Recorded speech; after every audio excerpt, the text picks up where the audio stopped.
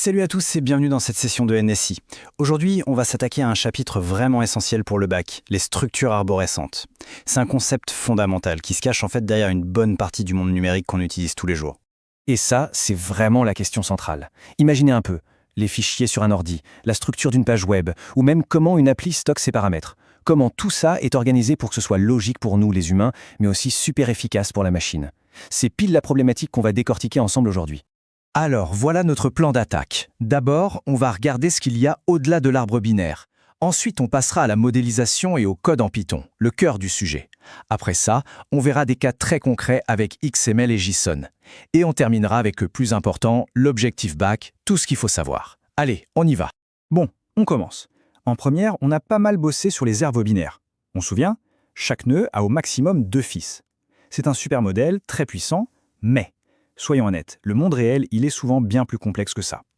On a donc besoin d'un modèle plus général, un modèle qui peut gérer des hiérarchies sans cette fameuse contrainte. Et ce modèle, c'est l'arborescence. Alors la définition, c'est vraiment la clé. Regardez bien, elle est récursive, ça c'est le mot important. Exactement comme pour les arbres binaires en fait. Une arborescence c'est quoi? C'est un nœud racine qui est connecté à d'autres arborescences. Et ces autres arborescences, on les appelle tout simplement ces sous-arbres. C'est simple, mais c'est puissant. Et ce schéma, il illustre ça parfaitement. C'est ça la différence fondamentale. Regardez bien, on a le nœud racine A qui a 2 fils, B et C. Bon, jusque-là, ça pourrait être un arbre binaire. Mais regardez le nœud C. Lui, il a 3 fils, E, F et G. Et voilà, c'est ça une arborescence, ce qu'on appelle aussi un arbre NR. La contrainte des 2 fils, elle a complètement sauté. Du coup, le point qui est vraiment crucial ici, c'est la signification de la position. Dans un arbre binaire, être à gauche ou à droite, ça a un sens très précis, c'est intégré à la structure. Alors que dans une arborescence, eh bien, on a juste une collection, une liste de fils. Il n'y a pas de notion d'ordre qui soit imposée par la structure elle-même. Ok, assez théorie. On passe à la pratique. Parce que c'est ça qui compte en NSI, n'est-ce pas? On va voir maintenant comment on traduit ce concept un peu abstrait en du code Python qui marche, du code rigoureux et fonctionnel. Pour représenter un nœud, c'est simple. On va utiliser une classe. On l'appelle nœud. Chaque objet qu'on va créer à partir de cette classe aura juste 2 attributs. D'abord, valeur, pour stocker son étiquette, ce qu'il contient. Et ensuite, fils, qui est une liste. Et c'est ça la magie. C'est cette liste qui va contenir tous les nœuds enfants, et c'est elle qui nous libère de la contrainte des 2 fils. Allez, voyons une opération fondamentale, un grand classique du bac. Comment on calcule la taille d'un arbre, c'est-à-dire comment on compte le nombre total de nœuds qu'il y a dedans. Et la méthode la plus naturelle, la plus élégante pour faire ça, eh bien, sans surprise, c'est la récursivité. La logique, elle découle directement de la définition qu'on a vue tout à l'heure. La taille d'un arbre, c'est quoi? C'est 1, pour le nœud actuel, la racine, plus la somme des tailles de tous ses sous-arbres, de tous ses fils. Donc c'est simple, on parcourt la liste des fils, et pour chaque fils, on appelle la fonction taille. C'est l'élégance de la récursivité en pleine action.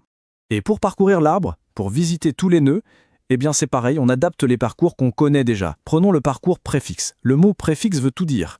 On traite d'abord le nœud courant. Ici, par exemple, on affiche juste sa valeur, et c'est seulement après qu'on lance les appels récursifs sur chacun de ses fils, les uns après les autres. Bon, maintenant on arrive à la partie la plus intéressante je trouve, celle qui fait le lien entre toute cette théorie et le monde réel, le développement web, les applications. On manipule ces structures arborescentes tous les jours, sans même s'en rendre compte, via 2 formats de données qui sont juste incontournables, le XML et le JSON. Alors voilà un exemple de fichier XML. XML, ça veut dire Extensible Markup Language. C'est un format texte tout bête qui sert à stocker des données de manière hiérarchique. La syntaxe, normalement, elle doit vous dire quelque chose. Des balises qui ouvrent, des balises qui ferment. Oui, ça ressemble beaucoup au HTML. Chaque balise, en fait, définit un élément. Et là, c'est là que tout s'éclaire. C'est exactement la même recette, la même information, mais cette fois, on la voit comme une arborescence. Chaque balise XML, c'est un nœud. L'imbrication des balises, c'est la relation parent-enfant. Et pour manipuler cette structure en programmation, on utilise un modèle qui s'appelle le DOM, le Document Object Model. En gros, il transforme le document en un arbre d'objets dans la mémoire de l'ordinateur. L'autre grand format, c'est le JSON, pour JavaScript Object Notation. Il fait exactement le même boulot que le XML. Il structure des données. Sauf que sa syntaxe est souvent plus compacte, plus légère, et c'est pour ça qu'aujourd'hui, c'est devenu le chouchou des API web modernes. Pourquoi? Parce qu'il est plus rapide à analyser par les programmes et il prend moins de place, donc moins de bande passante. Là, on peut comparer les deux, côte à côte. À gauche, le XML avec ses balises, à droite, le JSON avec ses accolades pour les objets et ses crochets pour les listes. La structure logique, l'information qu'on a, c'est la même, c'est juste la langue qui change. Et savoir lire les deux, c'est vraiment une compétence clé. Bien, on arrive à la synthèse. Là, il faut être super attentif. C'est le moment où on résume tout ce qu'il faut absolument retenir et surtout ce qu'il faut savoir faire pour le jour J pour l'épreuve de NSI. Voilà la fiche de révision, le concentré du chapitre. Primo, une arborescence, c'est un arbre binaire en plus général. Deuxièmement, on l'implémente avec une classe nœud qui a une liste de fils. Tertio, les opérations comme la taille ou le parcours, ça se code super bien avec de la récursivité. Quarto, le XML et le JSON, ce ne sont rien d'autre que des arborescences. Et enfin, le DOM, c'est le modèle qui permet de voir un fichier XML comme un arbre. Si on maîtrise ces 5 points, on est vraiment bien. Et n'oubliez pas, le bac, ce n'est pas juste du par cœur. On évalue des compétences.